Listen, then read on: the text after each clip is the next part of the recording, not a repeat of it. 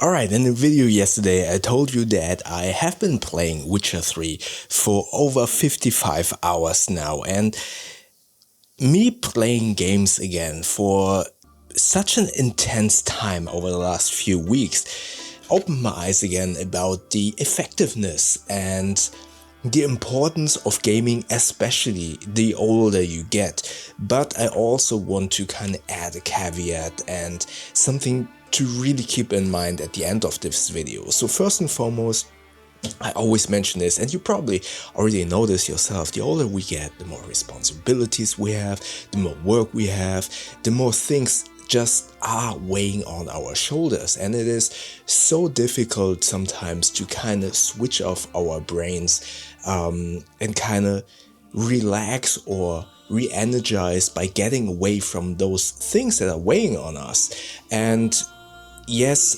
people, or we sometimes say, oh yeah, you just need to relax sometimes, just sit down, take a break. But again, the older you get, the more responsibilities you have, the more difficult it is to actually switch off your brain and stop thinking about those things. Even if you think to yourself, okay, I'm going to the movies now, just sit down, pay my $20 or whatever it nowadays is, and watch the movie. But it is hard sometimes to just, in air quotes, not think about those things and to switch off. Even when I sit at home and watch Netflix, I always kind of, my mind wanders away. Or reading a book is, although it is a much active way of doing something compared to, in air quotes, just watching a movie, which basically is a passive thing, your mind still drifts away. And I did notice the last few weeks playing Witcher 3 or Hogwarts Legacy that this was a very interactive way of distracting myself, and a very interactive way of entertaining myself and keeping my brain active in a way that it's not only consuming something, but it's actively doing decisions, it has to react, and it is not only reading text or watching a movie. You are participating in this form of entertainment, and that is why it is so much easier to kind of switch off my brain during those periods of time of gaming, of playing those story-driven interactive books, basically interactive movies. And I really feel that this is so helpful to kind of switch off in the evening, to just say, okay, day is over, work day is over, let's play a game. It is so much easier to kind of leave the day behind. Or even, as I always mention with these handheld devices, just taking a break for 10 to 15 minutes to reset my brain and therefore go back to work with a fresh perspective. I kind of repeat this on this channel so many times.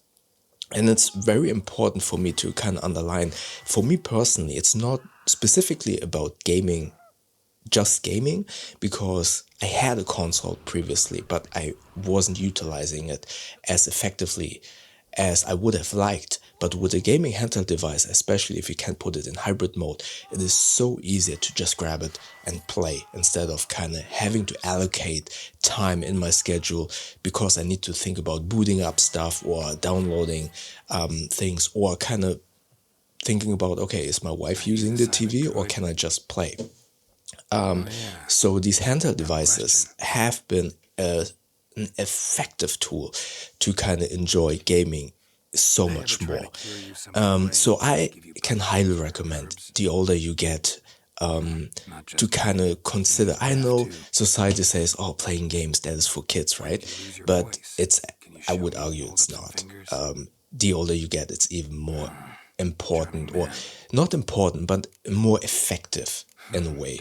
And I can highly encourage you, if you feel like, okay, my schedule, my daily life is so busy and there is so much things weighing on my shoulder, get a handheld device, potentially get into a game with a very story-driven gameplay and utilize it very specifically for just short bursts of time as a tool to kind of switch off your brain, to focus your undivided attention to one device instead of just taking a smoke break or just sitting on a bench outside touching grass. It is really hard for some people who have so many burns on their shoulder to touch grass outside and actually switch off their brain. It's difficult, especially for freelancers like me.